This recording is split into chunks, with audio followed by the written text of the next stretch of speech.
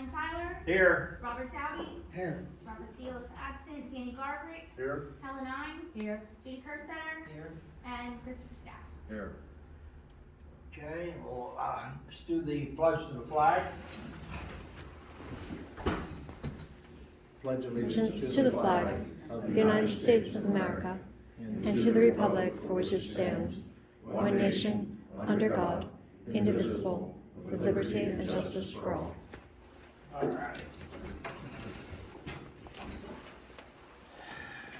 So we'll get right into You the want me to introduce presentation. them? Yeah, introduce them, Chris. Okay, we have Dennis Harney, who is the DEP Outreach Assistant Coordinator. We have Mary Rowland, who I call the Executive Municipal Water System Coordinator. I gave you a title. That's an unofficial title. he needs it, yeah. And we have John Yamona, who's the DEP Finance Manager, in other words, the money man. I'm Mary's boss. These three were all deep into doing all this asset stuff we've been working on for years now. And they're the ones that did this report for us. Go Okay. for it, Dennis. Okay, so, my name is Dennis Harney. You want these lights down, or? Only if people can't see. fine. But I Okay. think, As long as these old guys are good up there. so my name is Dennis Harney. I work for DEP as a full-time employee. I'm the Outreach Assistance Coordinator. I have a nice job in DEP as a Technical Assistance Coordinator because I get to work with folks who work either currently in the water industry or used to work in the water industry. So I'm kind of the coordinator of some activities, but they're really the experts. So John Yamona and Mary Rowland both retired from full careers in the water industry, both very highly respected and well known across the whole Commonwealth as expert water operators and managers. So really it's their expertise that is being represented through the PowerPoint and in the reports. So this isn't, don't take it as DEP, telling you what to do. We're like a whole different section of DEP. We're not the compliance people. We're not here for enforcement purposes or anything like that. We're the technical assistance section, and our role is to help water systems just grow their capabilities in any technical, managerial, or financial fields that we can. So John and Mary do have expertise in asset management and water auditing, and that's what we're here to talk about today.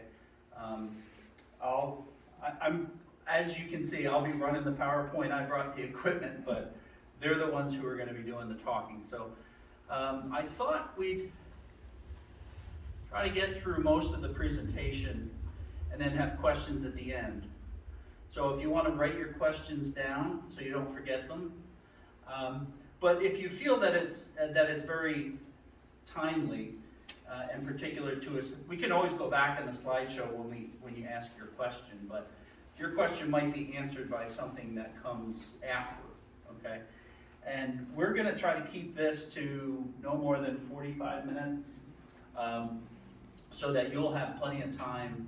I don't know if you have an end time for your meeting, but we'll be available for you as you deliberate and mull over the information that we have made available to you. But we didn't want to monopolize too much of your time. We wanted to present information to you that you can do your executive session, your deliberations and discussions here, having these folks available to you. Okay, so that's our plan. And we're going to start off with the asset management is the part that comes first. I had put this slide together. Obviously, it doesn't capture as many of you folks that are here. These are some of the folks that were present when we got together for the water audit meeting. Our contact information is at the bottom and will also be on the last slide. I put Nick Barnes' information in here. He's the sanitarian. He is the person in the, I think the Moshannon District Office, who is your compliance person. So, That's for you, as far as background is concerned, this started when Chris contacted one of my coworkers, Paul Handke, who's a capability enhancement facilitator, back in December of 2020. And then Paul kicked it over to me to get started with an asset management plan. And John was the outreach provider that I selected to work on that project. And while we were here in July of 21, we started talking about the possibility of water audit because the topic of water loss came up. And that's when I offered to Chris that we could do a water audit. And then I assigned Mary Rowland as the outreach provider for that. We met in November here for the water audit, and then John and Mary coordinated their two reports. They're very often done separately, but because Chris said, yeah, go ahead, let's move forward with the water audit, we were able to coordinate their projects at the same time and issue the final documentation in March for both projects. So we'll get started with John, who worked on the asset management plan. Good evening. Good start. We're about 9 months in, I guess, from last July. Time goes fast. I always think it's a good idea just to start to reiterate why are we here. Okay, hopefully you've all seen the report, at least had a chance to look at it a little bit, get an idea of what it's all about. But again, the primary objective is to really just to maintain a desired level of service that you can sustain at a reasonable cost, okay? I use the analogy all the time. You kind of do this every day. You may not even think what you're doing. You own a house, you own a car, right? Those are assets. Your car has a battery, it has tires. They have a certain life to them in your house, water heaters, things go, right? So it's that same mindset. It's just that we're applying it to a bigger scale to a utility service, right? So it's something you want to make sure you're keeping in mind. You know, eventually you're going to need tires. You might need brakes on the car. You might need a new water heater. Again, are those things what are critical? Some of them are critical. Some aren't as critical. It's that same mentality when you're looking at your assets. What are critical assets? And then your budget. Everybody budgets, right? You budget. Am I going to have enough money to do this when the time comes up? So again, it's that same principle as you do on a day-to-day basis. And how do you do that? At home, you just maybe you budget. You know, how much money you have in the bank in case this happens, that happens. What we're doing here, from the standpoint, is we developed a spreadsheet. We developed what we call an inventory asset tool. We did it in Excel. It was part of what Dennis had forwarded also. That was the beginning. That was capturing, what do you have? What assets do you have? A lot of places, that's probably the biggest struggle and challenge is identifying what do you have? How much pipe in the ground? What diameter? What is it? Is it old cast iron? Is it cement lined? Is it, you need to get a real good feel of what do you have and what condition is it in, okay? So that's the basis, that's the foundation. So once that's done, and we did, at least we gave you a starting point. I'll keep stressing that even though you have that, the key to that is updating that. You need to update that, and you need to make sure it's as accurate as possible, because what's in that spreadsheet is going to drive the budget and the cost numbers. So the more accurate that spreadsheet is, the more accurate your budget process and what you guys are doing. And when you're looking at rates, you'll know, hey, do we need to raise rates? Make sure your cost information is accurate, your assets are accurate, because then at least you can justify when it's time to raise rates. You can justify, you say, hey, this is what I have. People are very good if you explain to them and they can see and they understand why they're paying more money. So that's going to be the key behind making sure that that's accurate. Okay, the 5 core questions then. Again, I mentioned a few of them. What are your assets? What level of sustainability service do you want to put out there? I mean, in my 30 plus years when I was with the utility, I lost track of how many systems, small systems, we acquired because they let things go. They just weren't putting money back into infrastructure, they were letting physical plant stuff just deteriorate. And then got to a point where it said, wow, we can't do this anymore, we gotta sell. And they sell, they go out of business. So that's the last thing you wanna do. You all are running a really good show here, and you wanna sustain that and keep that going. So this purpose of this is to just try to help you, give you another tool to do that. Again, as I mentioned, which assets are critical, okay? You're gonna have some that are, that one could wait, this one I need, right? So again, I tried to identify those in the spreadsheet as what are critical assets versus some that aren't so much. And then obviously the minimum life cycle costs. Everything has an expected useful life, okay?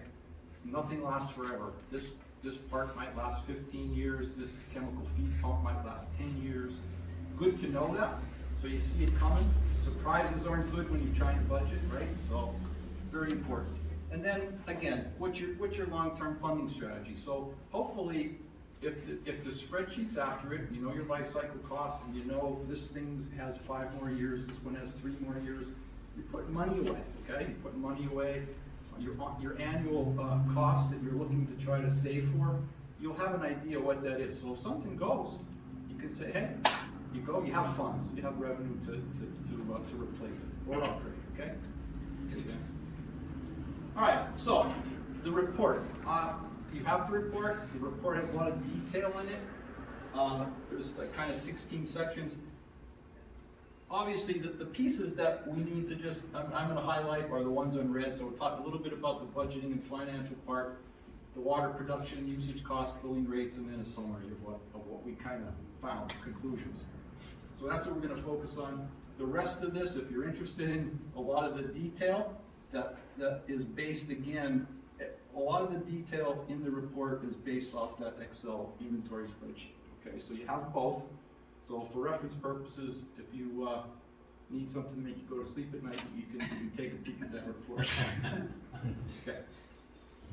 All right. I'll start here. Now, again, you'll see a reference to 2022 estimated, current time, and then 2020 annual, some 2020 numbers. Dennis mentioned that we did a water audit also, right? So what we did is, in the report is we kind of based some of the production numbers on the 2020 data because of the water audit. The water audit had more accurate data. So instead of me doing estimates for 2021 or 2022 projections on water usage, it was probably more accurate to just utilize what the 2020 water audit had for the purposes of accuracy. You'll see here the production in 2020 was about 16.7 million gallons, right? What they found in the audit, what was authorized as far as metering, you only captured about 10.8 million of that. So there was roughly 6 million gallons in lost revenue, okay? So that's a key piece just to remember. And that's the whole purpose of the water audit.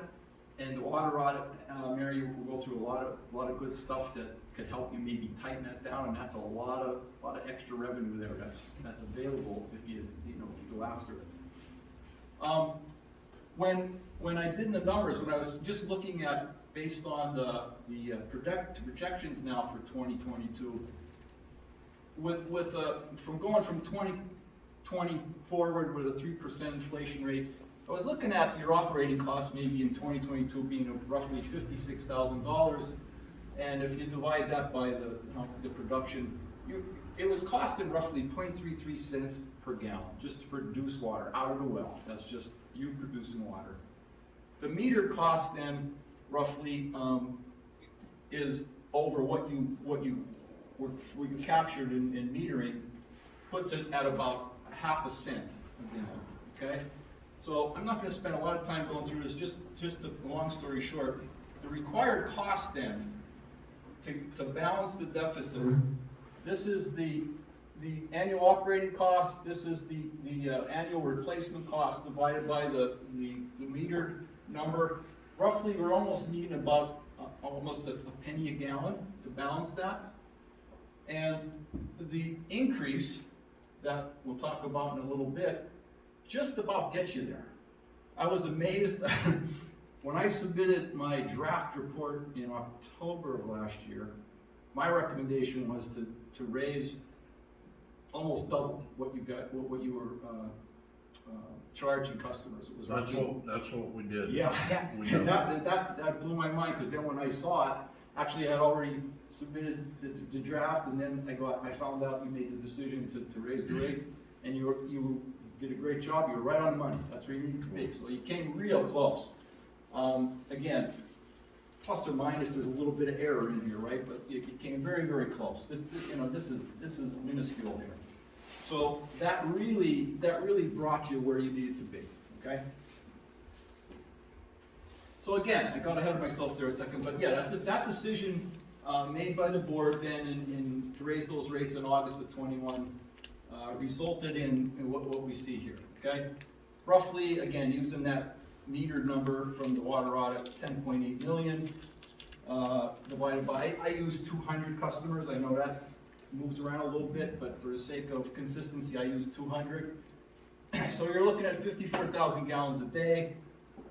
So again, about 13.5 a quarter. So based on that structure that you did here, when you capture the first 3,000 gallons at 100, the remaining 1,000 gallon increments comes up to about $131.50 a quarter, or about $526 per connection annually. And that's about $44 a month roughly. And I think in my report I said, you know, you need to go from $23 a month to $45 a month, I said. So we're about $1 off. So it was very, very close. Okay? Okay, this is a piece out of the spreadsheet, just to show you the difference. So, Do you want my laser pointer, Joe? oh, I didn't know if you had one. I do. I got it back here.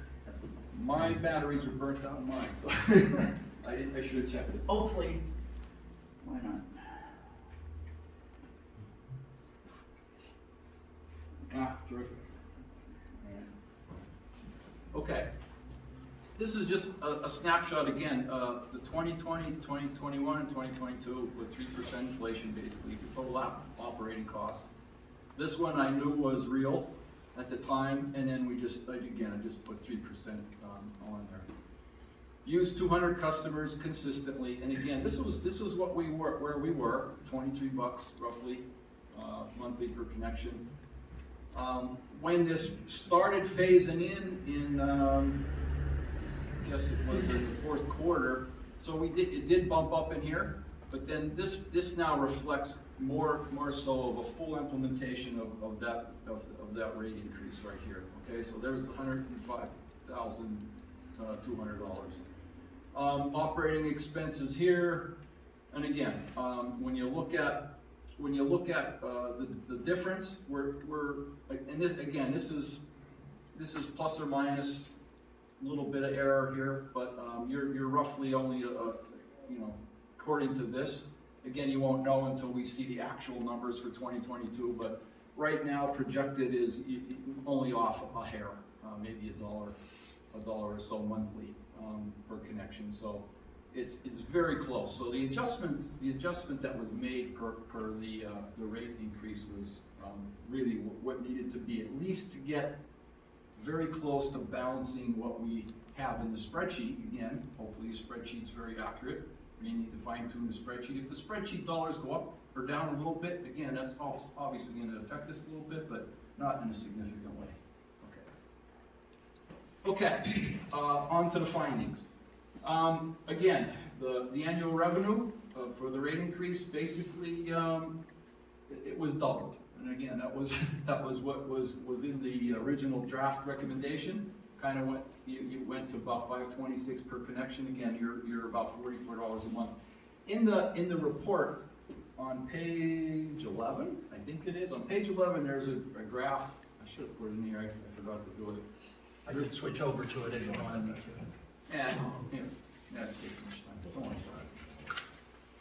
There's a graph on page 11. I think it's. I didn't give them the full report Oh, yet. that's I okay. condensed a short version for me.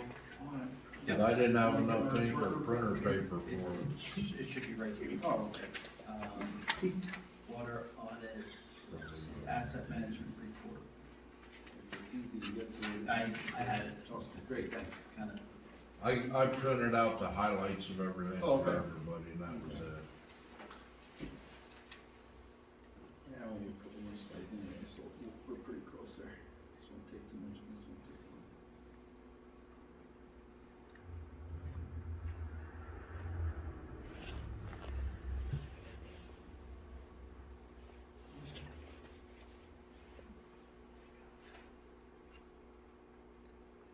Some of these pages are in there. There we go. Okay.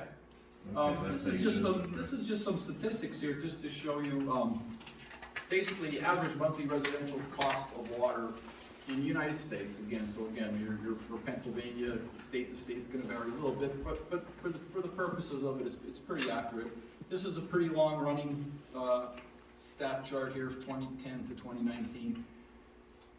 Prior to your rate increase, if you can see here, this line is, this is a family of four using roughly 50 gallons a day. This is between 50 and 100 and 150 gallons a day. This is your monthly cost in dollars, okay? Before, when you were at $23 a month, you weren't even on the chart, okay? You were just they were very low rates. So now at $44 a month, you're in here, you're still low, but you're on, you're getting there. You're where you need to at least be to, I think, to at least try to sustain what you need to do from a revenue standpoint for improvements and upgrades and replacements. So this line here is for a family of four using 100 gallons a day, okay? If that were the case, you'd probably be up there more like $72, $73 a month. So you're in between here, you're in between the 36.9 and 72, okay? So you're in here. So at least that's good, because before, again, like I said, you weren't even on even the ballpark. Okay, so that's why you are at the point now you can at least try to start balancing those potential costs. Okay, and then again, the rate structure appears to basically balance it now within an acceptable level of estimation error. Like I said, you're going to have a little bit of plus and minus based on assets. And again, Mary will definitely do the detail on the water audit side, but I had to point out that the discrepancies in the metering and the billing and whatnot, there's a significant amount of water loss again.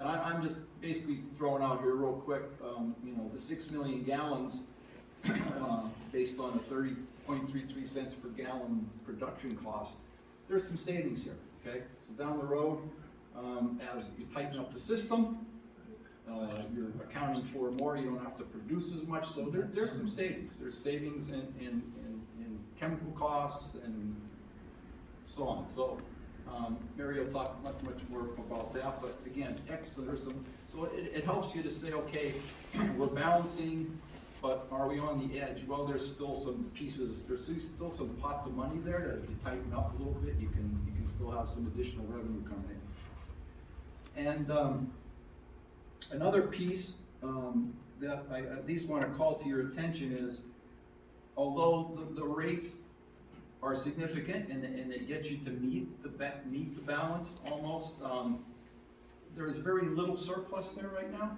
for unexpected operational expenses. Okay, so that's a piece that you just need to be aware of, especially because there's some.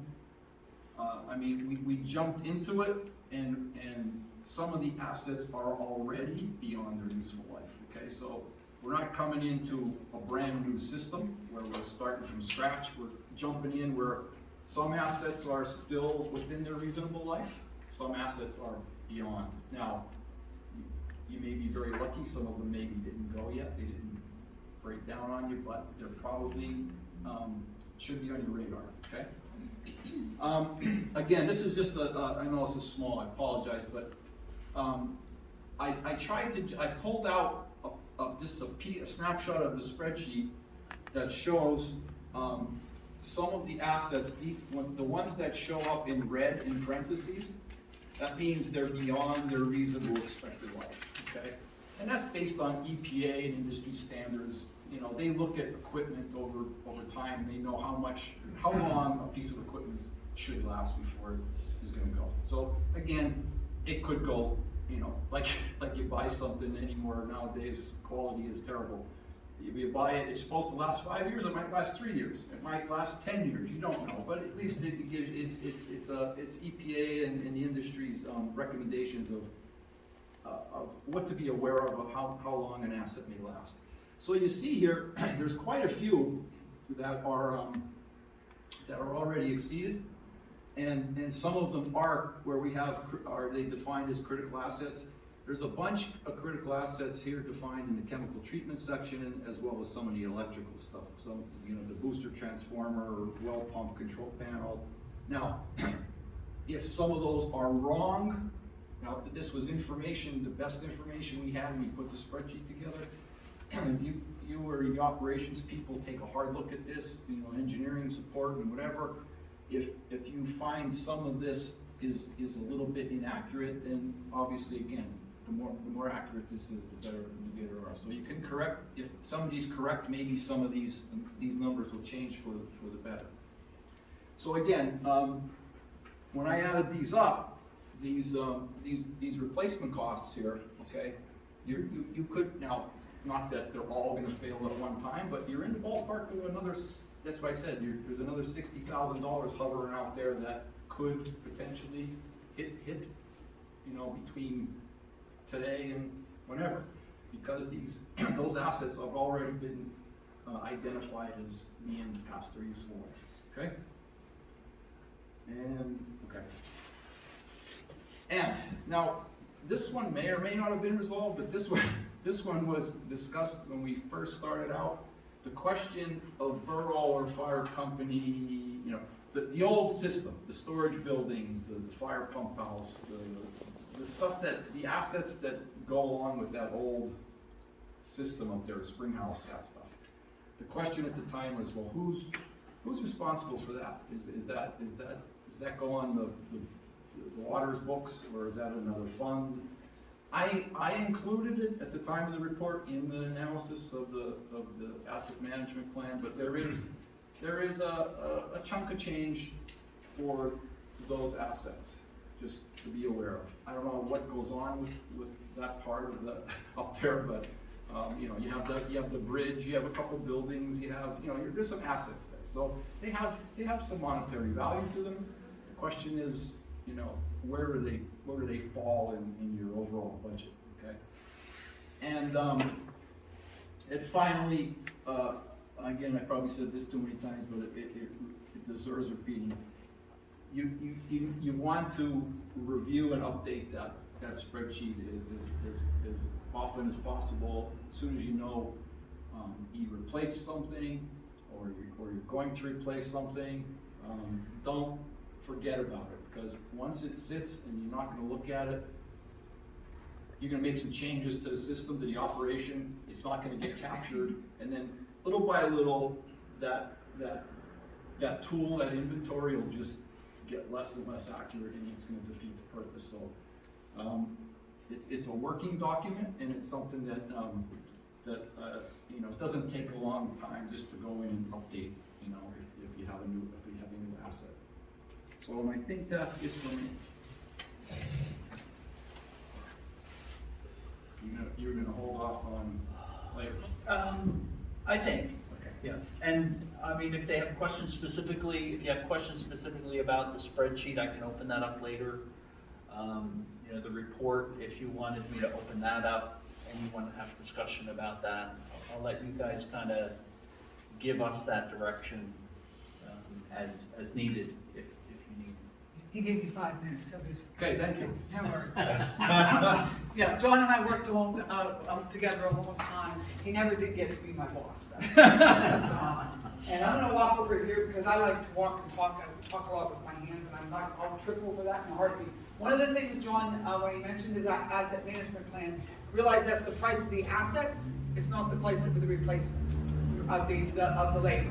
And Chris was telling us that you guys got a grant to replace the meters, and that's the price of the $175 that he had on the spreadsheet per meter.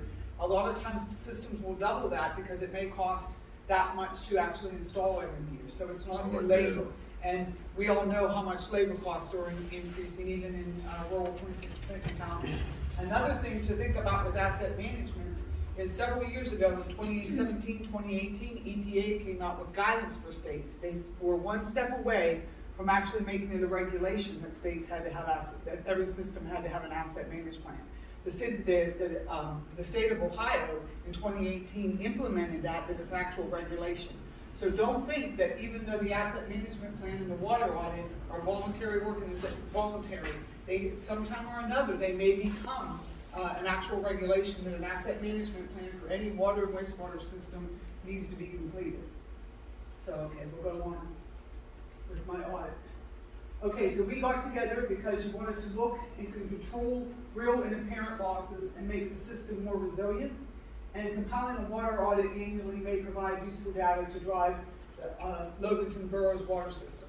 And the water audit, like asset management, there's multiple different ways to do asset management as far as the spreadsheets. The water audit that we selected for you guys to do is the AWWA free water audit software. And this is American Water Works Association, which is the industry standard for the water systems across the world, across the U.S.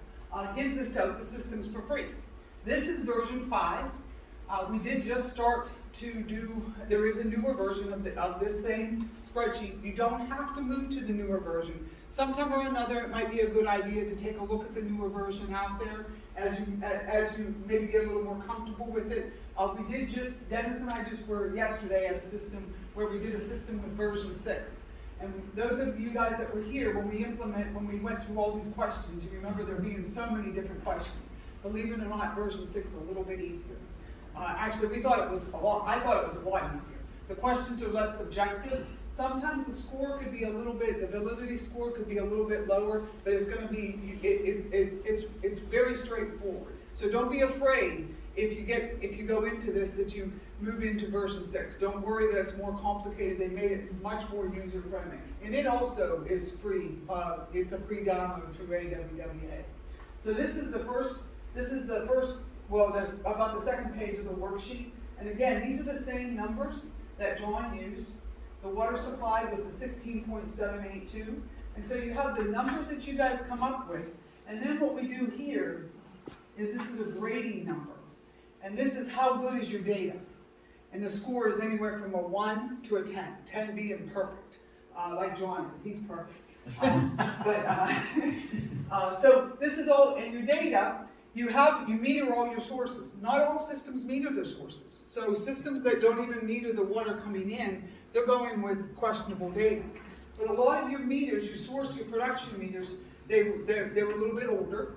There was no calibration or verification. And just like your sources meters at your wells and your customer meters, for you to have very good validity numbers for the water audits, they're going to want you to calibrate or verify those meters. So as you guys install these new customer meters in the customer's house, please try to implement a plan where you actually pull some of those meters annually and get them tested. Think about your gallon, when John was talking about the cars. Think about a gallon of gas. I just filled up at the top of the hill when I got off, what I think was 4 1/4.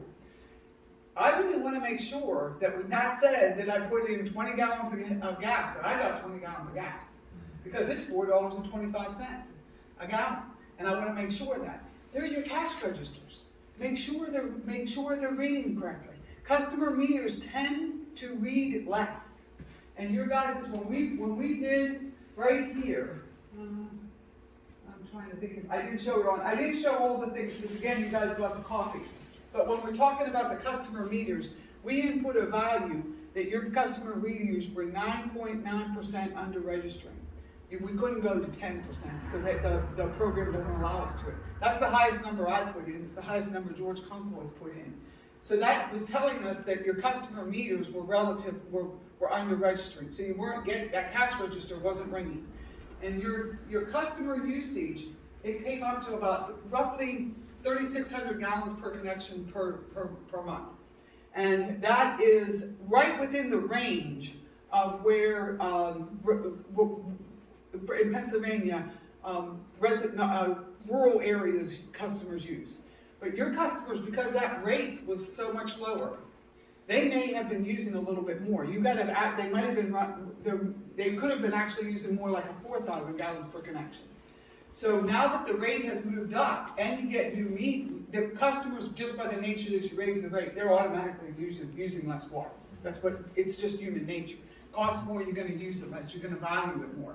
So now that you put the new meters in, those levels might actually keep about the same, because you may be capturing that lost revenue of the under-registering meters. So it'll be real interesting as you get the new meters installed, how these numbers all start to compute. So even though they might be using less water, the rates are higher, you could still be gathering, could be getting that data. You could be getting that volume of water captured. Okay then?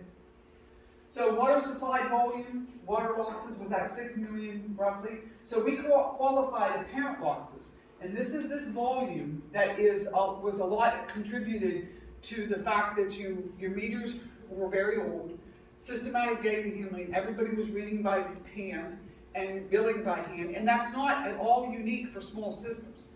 Most small systems they haven't put in a computerized system for even the billing. And then the real leakage loss, we identified, the program identifies almost 5 million gallons. The one thing I want to stress is because we tagged your customer meter, your apparent losses, at that 9.9%. If it's overstated, because you didn't have any testing of the meter, so we didn't know. It was a guesstimate. Basically, it was a guesstimate. In the new software, that's actually one of the choices, guesstimate. That's a choice that you can pick if you don't know the data. It will make your volume of real losses understated.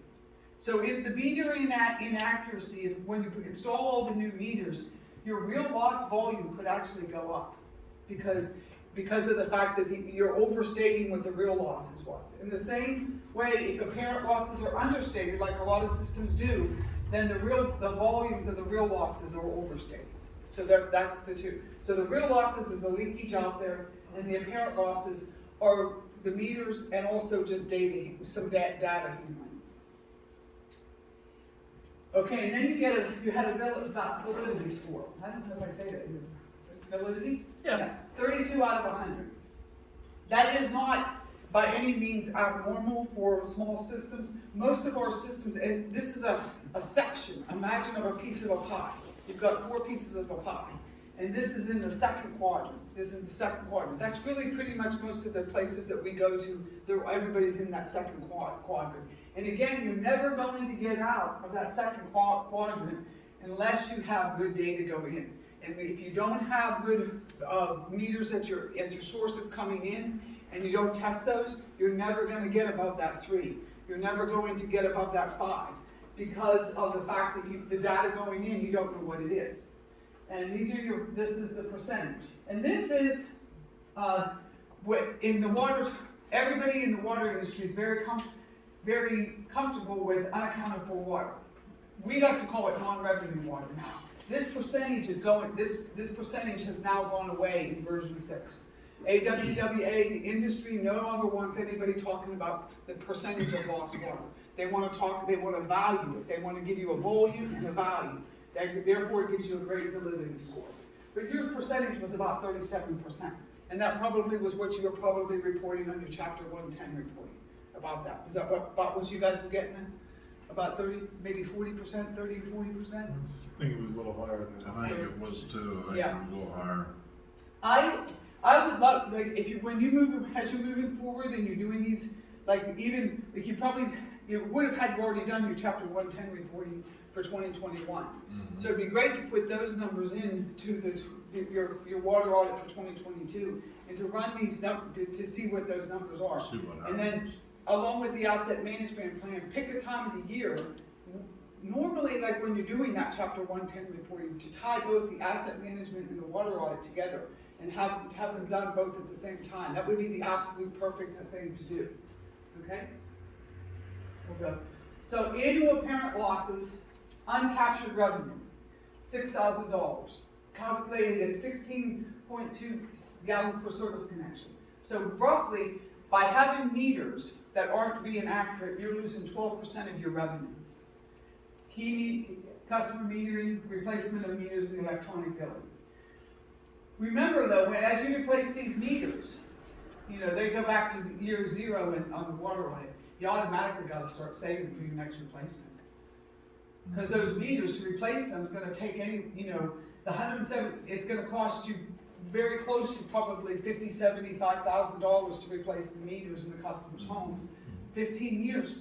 You know, the meter companies might tell you 18, but bank on the 15 years. So you're going to start saving to replace those. So everything you guys got the grant money to start doing, you got to start saving to do that. So residential consumption, this is this number, 3,587 gallons per customer per month, which is within the range of the 3,500 to the 3,800 gallons a customer expected for rural water. In the US, it's roughly a little bit more than that, but this is a number that we normally see in the rural communities we go to for the water audits. Annual real loss, $2,009. Now the thing about the water audit does, we value the apparent losses at the cost of what the customer would pay. We call that the customer retail unit cost, which is higher. And the annual real loss, we value that at the variable production loss, how much it costs you to actually produce the water and send it out. So in that case, the variable production cost, the two factors that we used was the electricity and your chemicals. Your guys' source water, because you have very high quality wells, you don't have a whole lot of chemical costs. And you don't actually have a whole lot of pumping costs because it's all gravity. Once it gets to the tank, it flows out, so your pressures aren't too high. A lot of systems, even though they're well waters, if they have poor quality, they have a very expensive, they're using a lot of chemicals. And then if they have to pump the water a lot, they're pumping it up. We were at a system that the wells sat down in a little valley and everything was pumping up. So they had a huge electrical cost to pump the water up. So your guys, your real losses aren't huge, even though it was a large volume. Like we said, 37%, it's only $2,000. So 4% of your operating expenses, not so bad. And realize, not all of this is a stress that the water audit does. Not always is it economic to recover. I did a water audit for a small system down around where I live, and they had a really high quality reservoir water, really hidden in the area, and then it went to slow sand filters, and then it's filtered out. Very similar to you guys, except they had reservoir instead of wells, they had reservoirs. Again, flowed out into the system. They didn't have any electric costs. They weren't pumping the water at all. It was all flow and gravity. And all they added was a little bit of chlorine. And it wasn't, even though they had high leakage, they had percentage-wise, they had 40 or 50%, it didn't cost them anything to produce. It wasn't even cost effective for them to try to find the leaks. They weren't putting in new meters. They were replacing the meters. It'd be nice to have that. Yes, yeah. So your data is a mix of reliable reported data and some estimates. And so that was why we got the data validity score of the 32. And the DVS represents below average data quality and replaces you in the second of the 5 levels. I'm sorry about when I said the pie was 4 quarters. This version 6 only has the 4 quadrants, not the 5 of the older version. So my mind was on yesterday. So yeah, so I had a bigger piece of pie today than you guys, instead of that. So level 2, so really and truly, the water audit, and this is back on what page, maybe one of the 5th or 6th tabs of the water audit. They don't want you looking to see what you can do in this version until you have good data. So until you fix some of the things here, don't look to what you can plan on fixing. I was watching a YouTube video on the new version of the AWWA. I say this because it was one gentleman was from the Netherlands, and they were using the AWWA software. And in the Netherlands, Netherlands is a pretty tiny country. I don't know square mileage what it would compare to a state. There's only 10 water companies in the country, the Netherlands. Their water loss was 6%. And their goal was to get to 5%. That's what they were regulated to get. So they had to find 1%. Could you imagine how hard it is to find 1% of water when you're already down at that level? And then it was really amazing because the new version, the city of Los Angeles was on the YouTube, and she was going through with the city of Los Angeles. They pumped 330 million gallons of water a day. They're the second largest water supplier in the US. I think New York City would have to be the top one. And their score, because they had such, not that their leakage wasn't high, but because they had all the checks and balances, they had a score at 77. That was amazing to me. I was like, wow, I've never, So this is where we see most of the systems, and analyze your business process for customer metering and billing function. And a lot of the suggestions that we even gave short-term and long-term, you guys were already implementing them.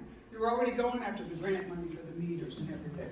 So it's all based on what have you guys done, and just continuing the process and putting in a good foundation for the people that come after you guys. And after Dennis and I, and John. Yeah. And, okay, customer metering, leaky survey, unauthorized consumption. I think you guys had a relatively low thought of people stealing water. But the software will never allow you to put in a 0 for unauthorized use. There's always going to be some loss from possibility of theft. And then we talked about that automatic meter reading system. Okay, so now we're going to look at some graphs. So these are your guys' numbers compared to anywhere from 150 to 161 different companies, different systems that George and I have been conducting water audits, George mostly. And there's some data from the Delaware River Basin. Anybody on the Delaware River Basin is required to do this every year. Anybody from a private water company that is regulated by the PUC is required to use this software every day. So George compiles all of that data he gets, and then he runs these graphs. And so what this shows here, this is your normalized apparent loss rate. So that 16.26 gallons, again, remember, because we typed in that 9.9% for the customer meters. Your guys are way out here. Versus this is the median, and this is the peak. So that's pretty high. So so again, new meters are great, but don't be worried if your numbers your apparent losses don't actually go way down. They're going to go way down, but your numbers, your apparent losses are going to go down. We might have been overstating our apparent losses. That's what I wanted to say. Sorry about that, guys. Okay, next one. Apparent loss cost ratio. So your apparent loss cost is $30.91 per connections per year, shown by the red arrow. And again, it's well above the median, slightly below the 90th percentile. And realize that a lot of the systems that are in there, private companies tend to charge a little bit more for the water. So sometimes they're skewed a little bit higher for their apparent cost price-wise. Okay? And this is where we're at. This is your old rates, and this is your new rates. So again, you're below the you're above the median now, but below the 90th percentile. And that's really, honestly, where you guys are at is really where you're at the new rate is really where we're seeing a lot of the systems that we're going to. That's you need to be in this area to be able to pay for your water system. Normalized real loss numbers. This is your real leakage numbers. You're again in the middle of the pack. You can notice you're all pretty high up there. Variable production cost. This is that cost to how much it costs you to produce. And you can see down here, you're 439. You're right at the median cost. So that's a really, there are these numbers over a year. These are systems that have to buy all their water. And if you're buying all your water and some systems, unfortunately, some of the systems are not getting it at a bulk rate. They're paying a pretty high premium. And these systems really are really out there looking to make sure they have very little leakage, because it costs them so much. Because if your real leakage was at that apparent cost, it would be a huge sum of money. Real leakage loss cost rate, and this is the $8.88 per connection is the mean, and you guys are just slightly above the mean on that. Average operating pressure, you guys were right around the 60 psi, which is a really, that's a relatively low. You know, again, in Pennsylvania, we got a lot of ups and downs in that. And so that's well below. And that bodes well for the real leakage loss, the customer line leakage. The higher the pressure you got, the more that little hole, the more water is going to come out of that little hole in the customer line leakage. Short-term goals. So a lot of this stuff you guys might have already started to take place. You know, replacing the well meters and the tank effluent meter. And that way, if the meters were all accurate, if you only had one to replace, I'd be replacing that tank effluent meter. Because that is the tracker of what's being delivered into your system. And that's the number I use to start with. But if you replace them all, then you would be able to do a balance to say we got X water coming in, we got X water coming out of the tank, then you can make sure both meters are accurate. And if you want to do some electronic tracking and alarming of the raw water flow in the tank levels. And personally, I would tell you to put in a chlorine analyzer. That's not the regular. You know, I like to have, no matter what size the system, you should be monitoring your chlorine continuously. Right, John? Yeah. Good practice. Yeah. But we're not regulated. We're not the regulated people. That's just a little my opinion. Yeah. Regular self-diagnostic of your meter accuracy testing. At least annually on an annual basis. That's always going to tell. Again, you can't score high unless you can guarantee those numbers are where they're at. A weekly flow tracking using the mass balance, and this technique we actually sent you information on it. That's to show what water's coming in the tank, what's water's coming out of the tank, and balance it. And that way you can again verify that the 2 meters are working. A drop test to confirm the accuracy of the tank flow meter. If you don't have the ability to test the meter, and you can actually, how a foot of water is a foot of, how the volume of the tank, a foot of water, you measure a foot of, you measure the time it takes to drop that foot, and that tells you the flow rate of the meter. Pretty straightforward. That's really easy, simple, pretty straightforward method. And I think we gave you information on how to do the drop test too. Hydrant flushing. It's a good practice that you track all your water used during flushing, if you do it annually flushing or semi-annually flushing, and that way you're tracking the water, even though it's non-revenue, you're taking account of it and tracking it. And there was an information sent on that. And again, you can be just as easy as just taking a reading, the level of the tank at the beginning of the flushing, at the end of the flushing, figure out the volume at that point. It's going to get you at least in the ballpark. We always recommend that you give DEP the updated inventory report. That's a pretty standard recommendation from George and I. A policy that requires a customer line, that a certain customer service line has X, Y, Z, like 1 day, 2 days to fix their leakage once you become aware of it. And installation of a meter pit is always a good idea. That any new construction, they install the meter pit. That way, any leakage gets fixed right immediately because it's costing them money. And these are easy. These are too easy. These are just simple, easy policies you guys as a board can adopt and implement. And measuring, again, one of the data points in the AWWA software, it asks for the length of the service line. And again, that has to do with the customer line leakage. So one of the recommendations is to have more accurate measurements of your service line lengths for the audit. And a written policy related to billing exemptions. You guys, Loganton, the sewer authority, and borough municipal building. you have you were giving them basically free water. So write a policy about that, exactly define it. And just because they're getting free water doesn't mean that they shouldn't still be tracked, because I think you guys, the borough municipal building, you added a bigger building, and there might be more usage of it.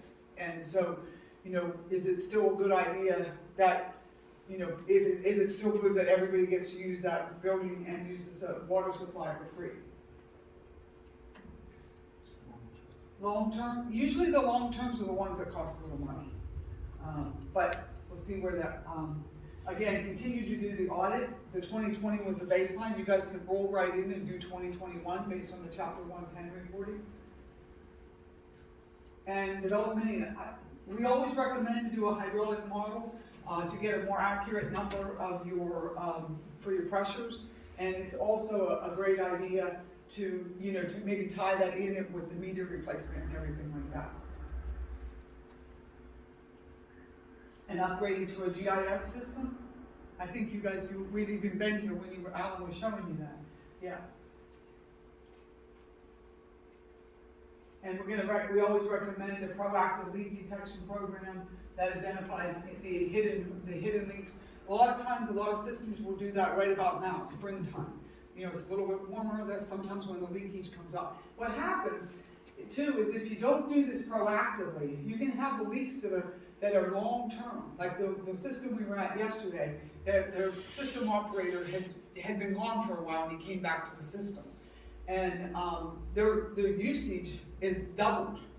And he's trying to track down leaks that have probably been there for a couple of years. They're not coming to up. The time for them to have showed up was years ago, and so now he's really having trouble finding, you know. But the water pumpage is double the amount of water that when he left 5 years ago as to when he came back. And it's not like they've gotten customers and everything. So if you do it proactively, then maybe you can identify year to year. Standard spreadsheet to document leak repair events. How much water are you using for the leaks? The advanced metering infrastructure, I think you guys were even looking at that, having like a radio reads, automatically reads. And the AMIs, they can tell you like when, the really advanced systems can tell you when somebody has a leaky toilet. That's the system we're going with. You're going with not the AMR, the AMI. Oh, Yeah. That is excellent, yeah. Yeah. One of the things, back up 1 second, I do want to stress, and this is because when you're putting in those new meters, look, make sure, tie it in with the material survey evaluation for your lead service lines. Okay, so find out what your customers have. While you're in there putting in a new meter, find out what the customer line leakage is and not leak line is, and document it. Document that you either have lead service lines or you don't have lead service lines. Because that is, and I know that if you're in line for the grant money to replace the lead service lines, if you don't have a materials evaluation, you're at the bottom of the line. It's going to be required. Anybody asking for money, I don't know if you guys have lead service lines. I don't know if the system's I don't think we do anymore. Yeah, yeah. But that's a good thing to confirm. Test the percentage of customer meters. You know, 10% of the 200 meters isn't that many, 5%. And ask the metering company, whoever you're buying them, did you guys get census-side pearls or? We have to. Neptune? Find out from them what type of contract they could give. If you would pull, you know, even 5 meters a year, or they test them for you for free, and then give them back to you, you know, see what that is. Or if you don't want to do that, even testing a meter is go to the home and have a 10-gallon bucket and turn the water on, and did 10 gallons go through it? Document it. All right. Yeah.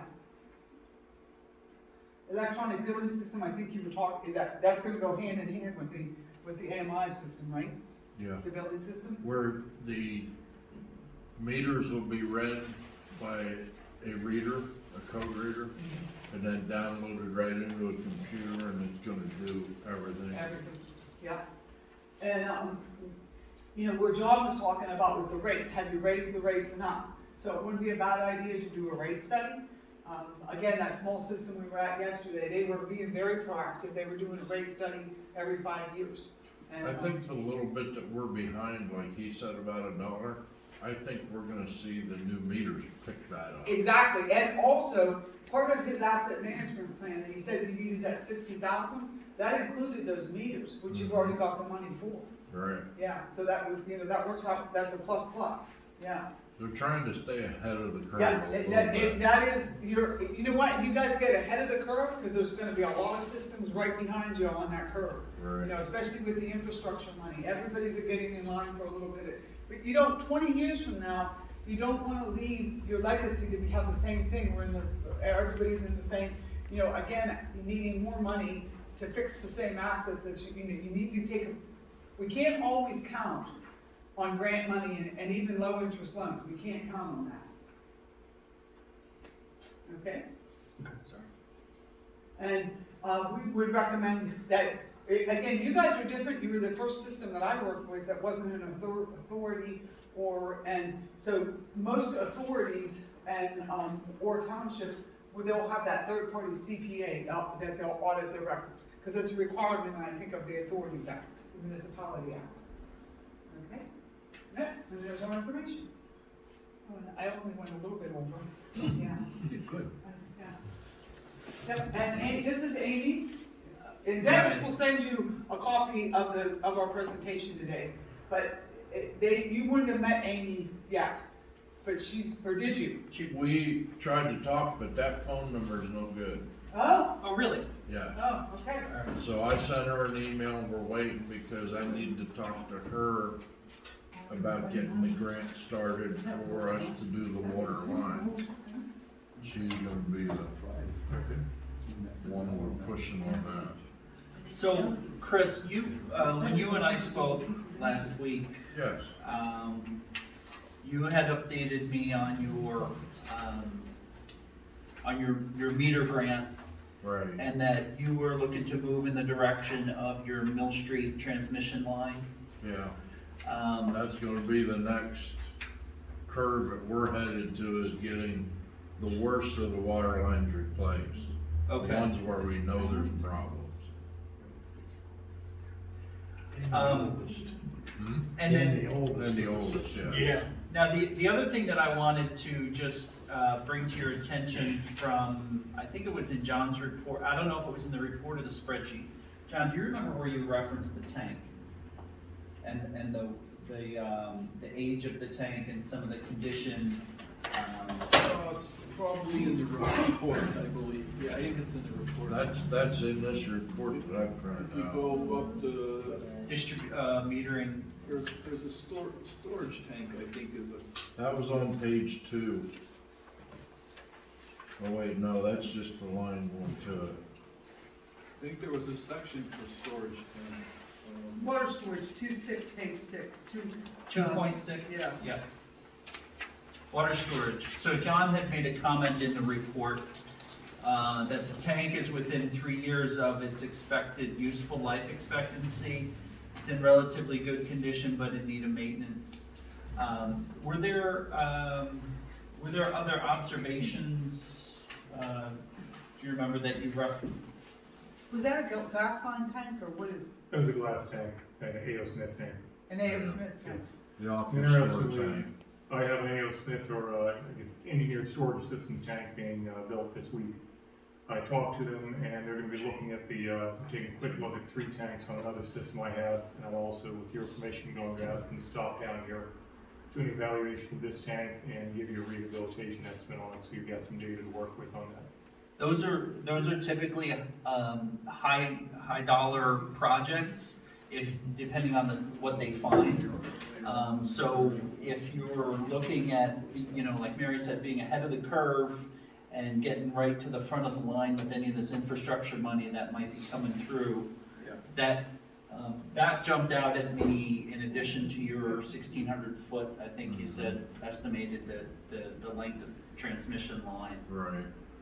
Those were 2 things that had jumped out at me. Yeah, there was a general, in the general comments, it was that the tank was last inspected over 10 years ago, hasn't been rehabilitated, so that was, so the tank, it definitely could use an inspection probably to make sure there's no. Yeah, we're way overdue on Integrity this issues. inspection.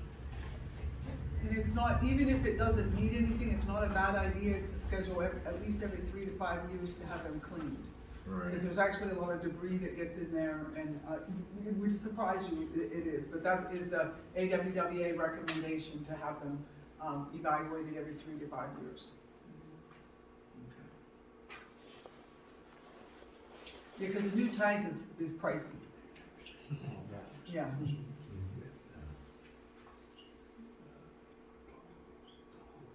They build up So so here. Yeah,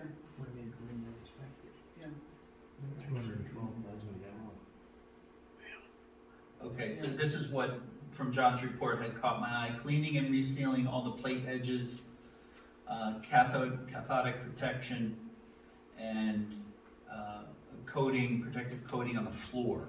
So that the walls are glass lined. Yes. So they wouldn't be coated. Yeah. But the floor itself and the seal around the bottom is what would Yeah. most likely Floor- require, and Floor protection and your plate age code.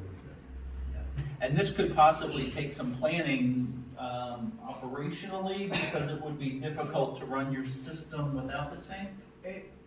Yes. Yeah, we'd have to get some tractor trailer tanks in Yeah. and do something. Some And, water buffaloes. and just a reminder, on the compliance side, just to check in with the DEP office to make sure that when you get kind of, if you get like a temporary tank in, I think you don't want to spring that on them. Make sure that you call them ahead of time in Right. case there's any permitting implications. It absolutely will require a permit. Okay. The actual work to seal the tank, coat the floor, and do the basic work on the tank, assuming they don't come back with something really unexpected, in the grand scope of things, really isn't that costly. The need to bring in some temporary storage and set up storage and figure out how to run the system with our tank out of service for several weeks, or a week up to several weeks, that's where the expense comes in. Yeah, you're operating off, your pressure gradient's just off that tank, right, to the system, so, Correct. yeah, you'd have some major customer pressure issues if you. And fire protection would be a And risk. fire protection, yeah. Yeah, so it's the planning process, which is why a lot of systems totally ignore the tanks. Yeah, when they have just the one tank, yeah. It's an issue, it's sludge.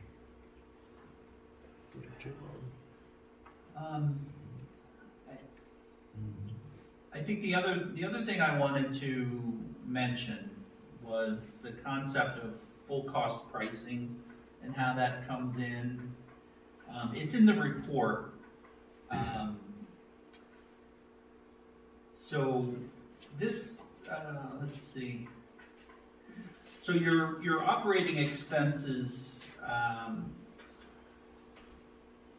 at one point, the operating expenses might just be the cost of personnel, paying the bills, buying the chemicals, keeping the lights on, the phone lines and all that stuff. But there's this concept of full cost pricing where you're actually you're saving a chunk of money every year in accordance with the expected lifespan of an asset.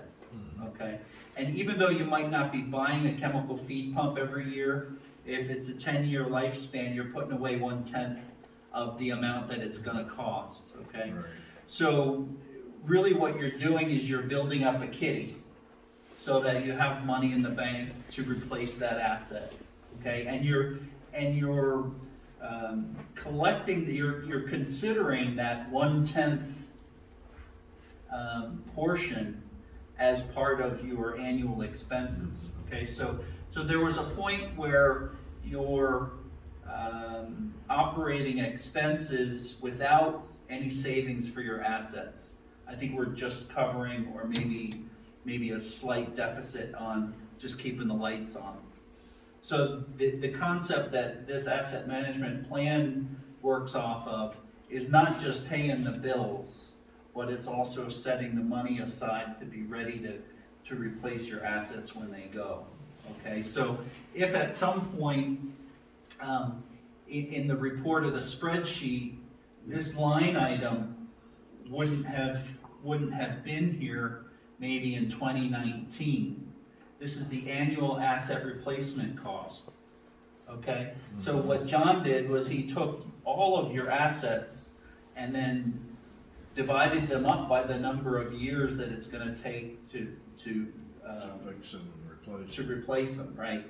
So this is kind of the ballpark of what you're putting aside each year into the kitty for replacing your assets, okay? So if they're somewhere in the spreadsheet, you had a 0 here and all of a sudden it jumps up to 48,000, it's moving from that just covering the bills mindset to covering the bills plus putting a portion away. That's where I'm trying to get to, is Yeah. we're putting some of them back every month. Yeah, the detail in the spreadsheet shows you what each That's asset, what I'm trying to do. what you should be putting away for each asset.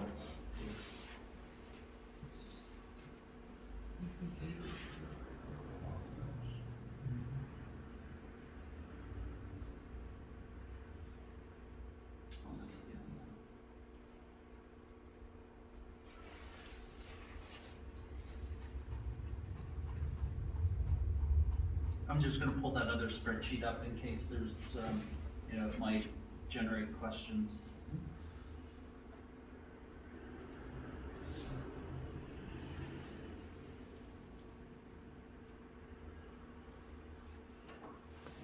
Asset inventory. First tab and then, yeah.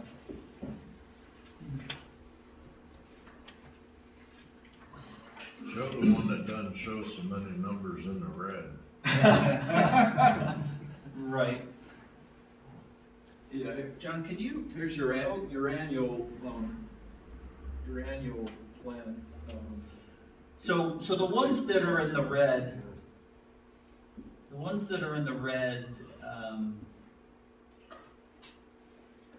yeah, those are the ones that are passed. So, it's not everything. The ones that he showed you in the presentation that were in the red were just a subset. So there's a lot more line items here. Let me zoom this out a little bit so we can see the whole thing. Let's focus. I think it's so small, but. I can't see it at all. No, I can blow it up, but. What's in here? So some of this is, I printed that as big as I could. Yeah. To keep it on one page. I need a magnifying glass to see it. right, this tool really is, you really need to interact with this electronically for it to be To be able to meaningful. read it, yeah. Yeah, but. I tried to print it out for everybody and I couldn't fit it on one page. So It's, yeah, some of it was small for them. Yeah, so, Huh? Well, we didn't incorporate age. That's right.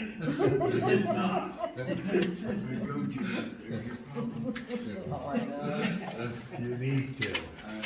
so this is the point I guess I wanted to just bring up. So for an asset here that has, it's past its useful life, whatever this one is, well number 2 pump is past its, expected lifespan. Theoretically, you would be putting away $500 a month, or a year, Right. okay? But because it's past, it could go at any time, and if it's a $5,000 asset, you kind of have to be ready for the full 5,000, Right. rather than putting 500 in the bank over the course of 11 years. Well, right now, there's none, but we're working on it. Right, so that number that John came up with, I think it was about $60,000.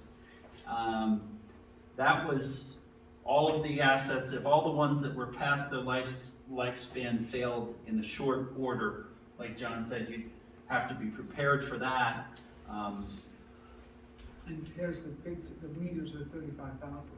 Yeah. Okay, yeah, so take that one off, so that's half of it. okay. About.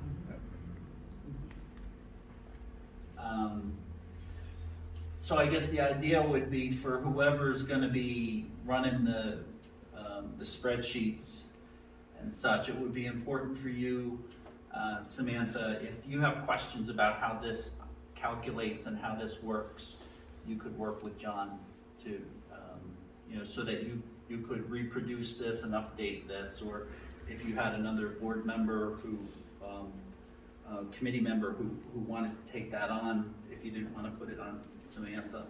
I figured I'd help her with it, as long as they wanted me to. Okay, yeah, When this is so, all over, then they tell me to get the hell out, you never know.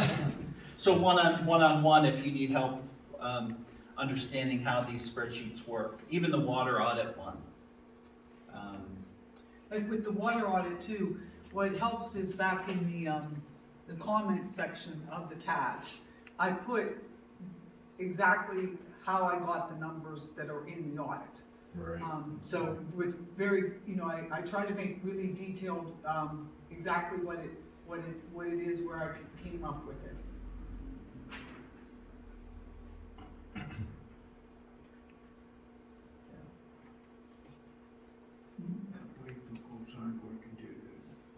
So Chris, we have all this paperwork that you copied for us electronically, correct? Yes, I have it absolutely. all Okay. electronic. Okay, Yeah.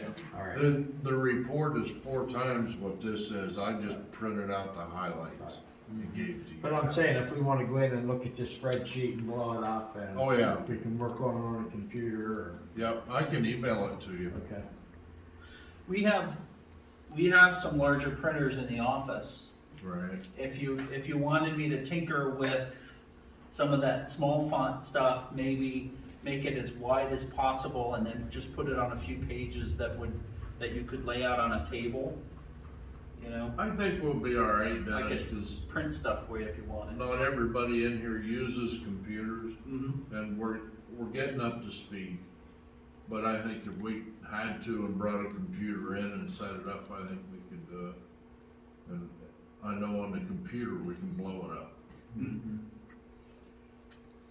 And then each of the documents came with a narrative, a word, a written document that explains the whole process. Okay. Yeah, they work well together. Okay. Right, so the Excel tool is something you have to really use on the computer, but the report is intended that could be printed out and it. I have the email and stuff, and what I figured I'd do is after tonight, then I would email it to her and to you.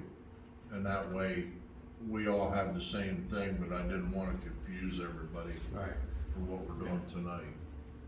And don't hesitate, feel free to contact me, I can spend as much time as you need to understand that spreadsheet.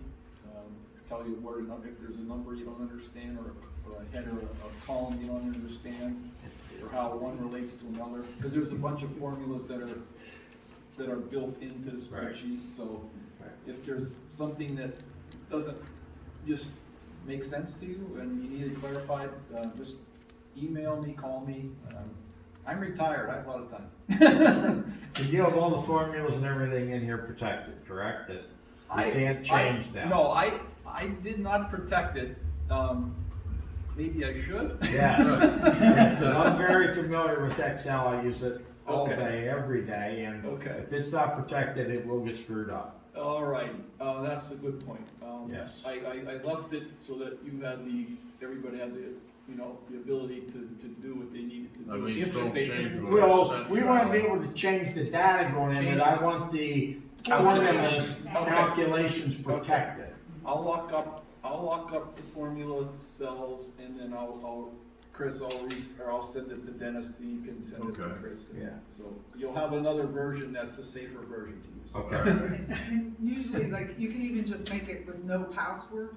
You don't have to give it a password. Right, That right. way they can all, you would know that. You can. If we had to change something, we Yes. can. Yes, exactly, yeah, Right, but that way the right. password, and the audit, that is not, it's all locked. And Yeah. nobody, Right. and it isn't me, that's Right. AWWA. There's, algorithms behind there that no one knows, Right. Yeah, so, yeah, there's nothing changeable on that one. Right. Anything that you can input, it's changeable, but the formulas are all locked. Right, Yeah. just your input's changeable, Mm-hmm. yes. I do want everybody here to understand that all this work that these folks have done with us has not cost us a dime. they're doing it. I mean, they get paid and everything, but this has been a free program to us. It's getting us on the right track. Thank you. Very Yes. nice. Oh, yeah, you guys were a pleasure to work with. Because it's getting us going. Yeah. And,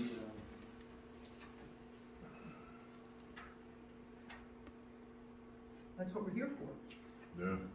We're the portion of DEP that helps.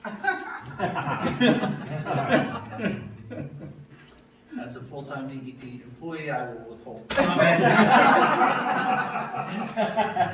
We've ordered 210 new electronic sonic meters, so there's no moving parts in them. We're setting everything up to be on the computer. We're not even gonna have to walk across that rickety bridge anymore. Alan's is working with a guy and they're setting that up to all be done from this side of the road. Everything's gonna be electronic and everything's moving along. I kinda set this up from day one with you guys to try and do it in stages, and so far we're moving along that ladder. But, when the meters start coming, that's when I think things are gonna get real interesting. Chris, what's the accuracy of those meters supposed to be? They're guaranteed to be within 1/10 of a gallon in 25 years. Yeah, the new meters are guaranteed, or have a great guarantees. Yeah. It's the batteries. Yeah. that You gotta watch out for, right? Yeah, the batteries. Cause they all have a long, like a 20-year battery built in. Yeah, Yeah, so just a little bit more information on that. As you know, we're replacing all of the meters in the system, residential meters going to a radio read system, going to, I guess it's referred to as the walk-by system, but the size of this municipality will be able to step out the door and probably read most of the meters in the borough in a very short time. The main meter at the tank and the 2 meters up the well building are being replaced as well. Working with that, we've been able to finesse integrating that into the system a little bit to include replacing a portion of their control system. Currently, they have leased phone lines communicating between the 2 buildings. That's being upgraded to cell modems at each place. So that's going to give us a little bit more capability there and get us away from the leased phone line, which is costly. it's gonna save $100 a month. Yeah. What we figure. Yeah. That $1,200 a year, that adds up. Oh, yeah. Yeah, so the county commissioner is stepping up to help them with that. It was a huge benefit to them. A couple of other things, if you don't mind my monopolizing just for a moment here. One thing that occurred to me as we were talking, we talked about maybe a yearly leak survey. I know you work with rural water, and rural water is very good, but I do know that they are difficult to get a hold of. They've got a long list of people waiting. Usually people are desperate because they can't find a leak, such as one of my other clients this morning. It occurred to me that if you get all of your curb stops uncovered, I have another system that is trying to get themselves put back together at the same time, but they have an employee whose job right now is nothing but doing work in the system, going around and looking for leaks. And they would probably be willing to rent him to you for a day or two. If you get your curb stops uncovered, you have him come down here a day, maybe 2 days, he could go through town, listen on every curb stop and every valve, and that might be beneficial to you. Is it just a thought? We can talk more about that later. Emily, the other thought that I had here that I'm going to be the real bad guy here, and hopefully someone searched you all for rotten tomatoes and eggs before it came in. But I will say you really took a step last August and did something that I have never, ever seen one of my other systems do. And if you looked at your water rates and you realize you're way low and you doubled them. I know that's a hard thing to do when you have to look your neighbors in the eye, and I really have to give you a lot of credit for that. Moving forward, you get these new meters in, and I think that's also going to improve your bottom line a good bit. I said, other municipalities, I've told you replaced all of their meters. And I asked them after it was done, did you at least see a 10% increase in your water revenue? And they said, oh my goodness, yes. So they were well above 10% increase there.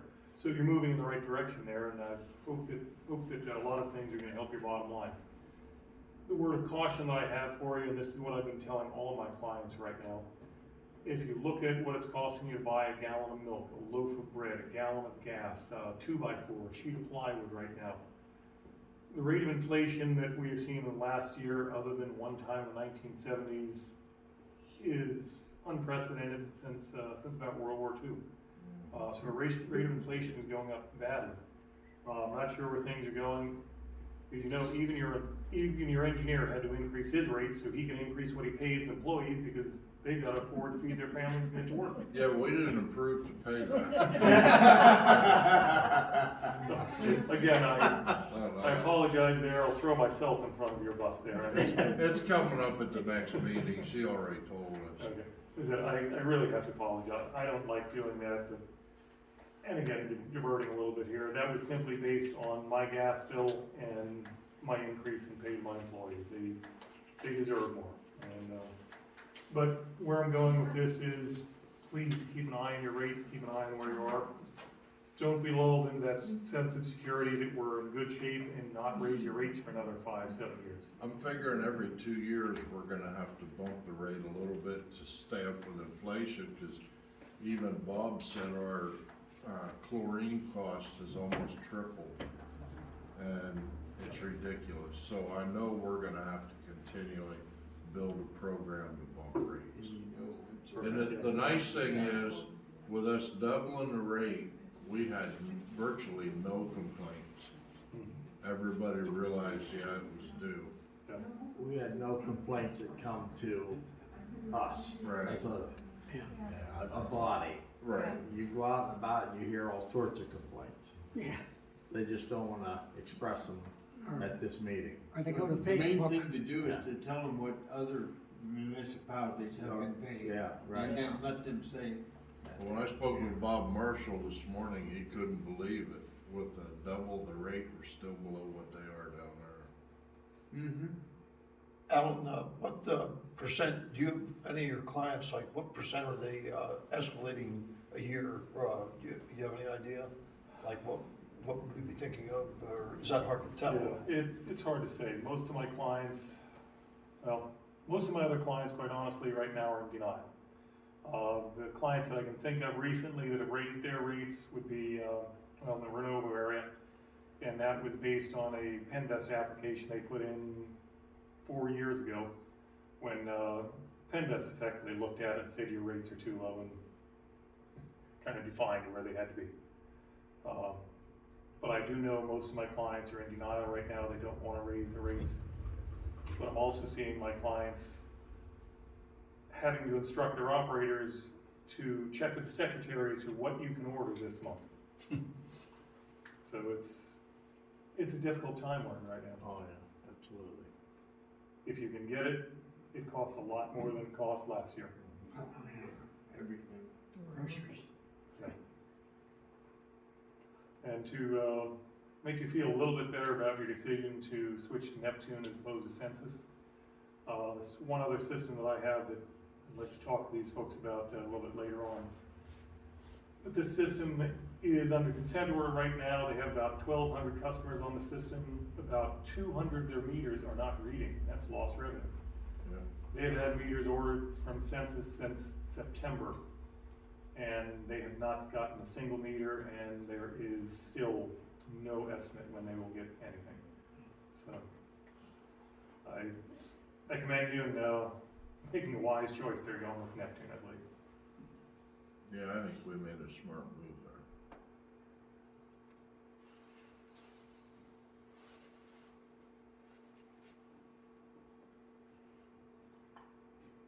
Thank you for letting me monopolize a Oh, couple minutes. no, No, it's your meeting. It's I your mean, meeting. our- Yeah, I think we were done, yeah. Yeah, we're Unless well you guys have done. any questions for us. Anyone have any questions, concerns? Anything just to discuss? Get it out here while they're still here, while the brains are here. And if you have extra money, put in a chlorine analyzer. Sorry. Control I yourself. don't have any questions, because I'm on top with them all the time. Just so. about the same, and I don't drink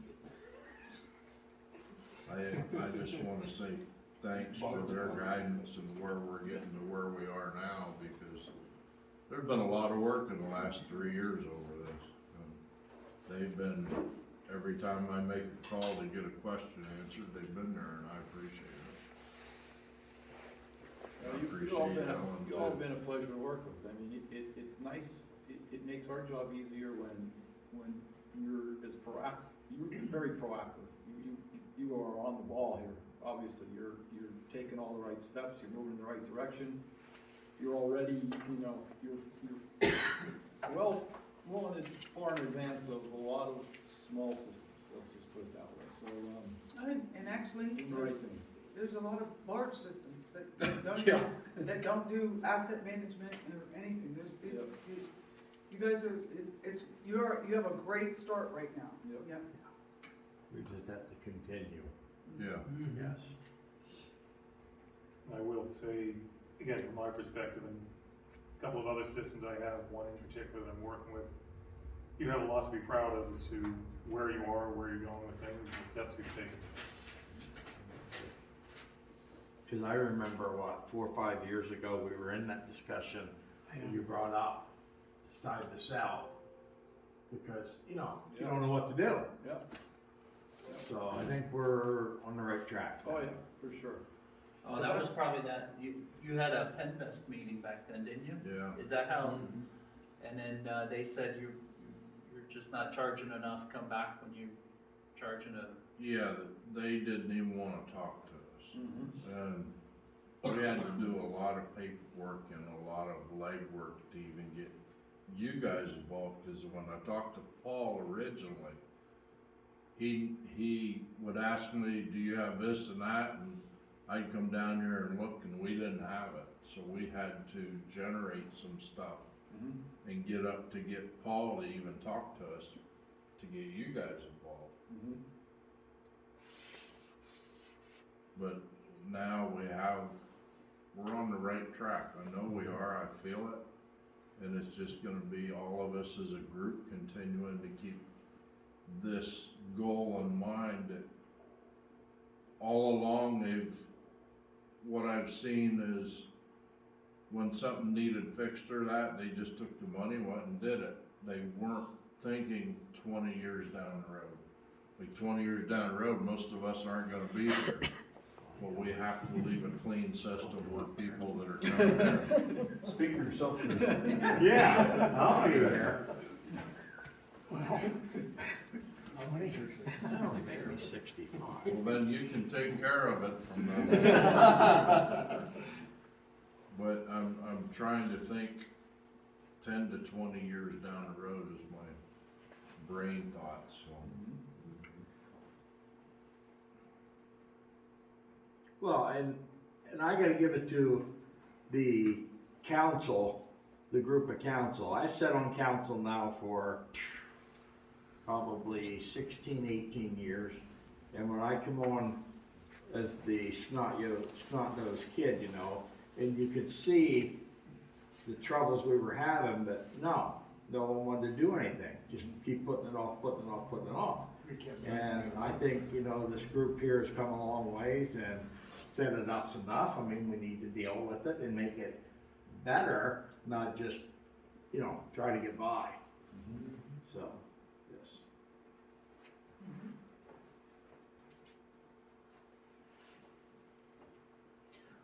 we're not going away, so if there's other stuff we can help you with, maybe circle back to some of these things, depending, if you do water audits and you find that you're, a little fuzzy on it, you want Mary to come in, maybe it might just take a couple of hours, might not be redoing the whole thing. There is another Excel-based tool where once you have multiple years of water audit data, you can, as long as you don't just erase last year's and put this year's number in, you save each one as a separate file. You can download those multiple files into a compiler tool, and it can show you trends over time, which might be helpful for your water loss evaluations. I mean, it'll be very interesting to see how your data changes after you get good production meters Right. and good I'm customer real curious meters. to see where 2024 is gonna be compared to where we were last year and the year before. I'm Right. really looking forward to that. Right, Cause I think by 24, we should be in a spot where we'll have pretty level numbers and be able to really tell. and then that's information that you can use in communicating to your customers. Right. Here's what you got for your doubled rates. You know, you can kind of paint a picture with numbers and graphs to a degree. This is where we were on the old rate, here's where we are on the new rate. Got a little bit of money in the bank, we've got these assets updated and, Right. zeroed, their lifespan zeroed out in the spreadsheet. We used to have 11 things past their useful life, and that might be something, that you use as a motivator or a tracking tool for yourselves. Okay, when John Yamona came, he said we had, I don't know how many items were on the list that were past their useful life, and as you go through the next 6 months, okay, we knocked another one off. Right. Now we're only, And that's kind of my goal. yeah, The meters were the big thing, and the production meters were a big thing. Now, at least I'll be able to have numbers that I can look at and go, okay, these are real. mhm. 'Cause we didn't know before. Make sure you look at the criticality as well. Alan knows how your system operates and touch base with Bob, right, as your Right. operator. Maybe show him that list and say, hey, Bob, which one of these things, if it failed today, because any of these things could go, maybe you could put them in priority order for us, and so that, we don't necessarily replace the cheapest one first, but we replace the most critical item Right. first. He and I have been talking about that, Okay. little by little. Okay.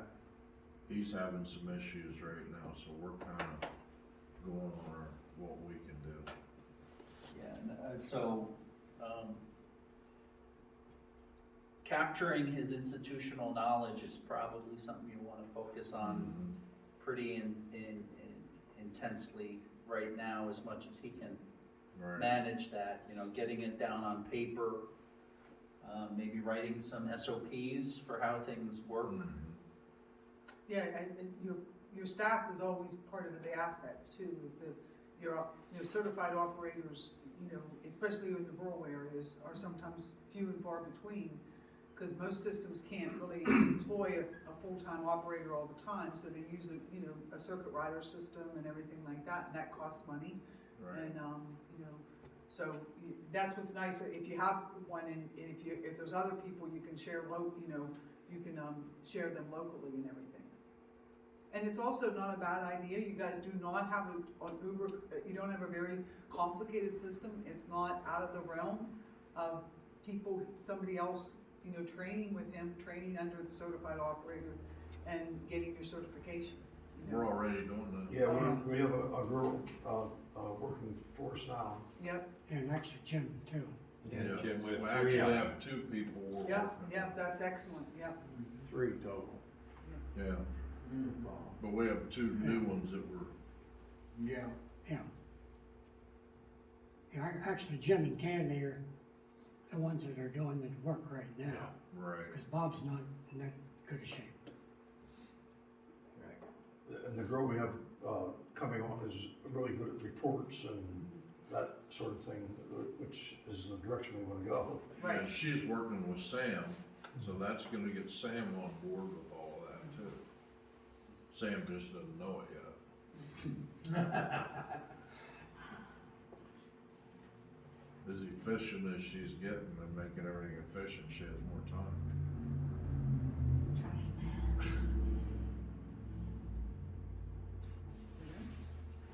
Okay. Anybody Anyone got have any any questions questions before for they us? pack up?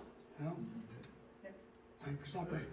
It's been fun working with you, and Yes. we'll all be in touch, I know Yeah. we will. Yeah, if something comes up after the fact, just shoot us an email or a phone call, it's all good. I appreciate all your work, it's been a blessing. Our pleasure, thank you. It's a beautiful little town, it's a very pretty town. Oh, the valley is amazing. Sugar Valley, they call it?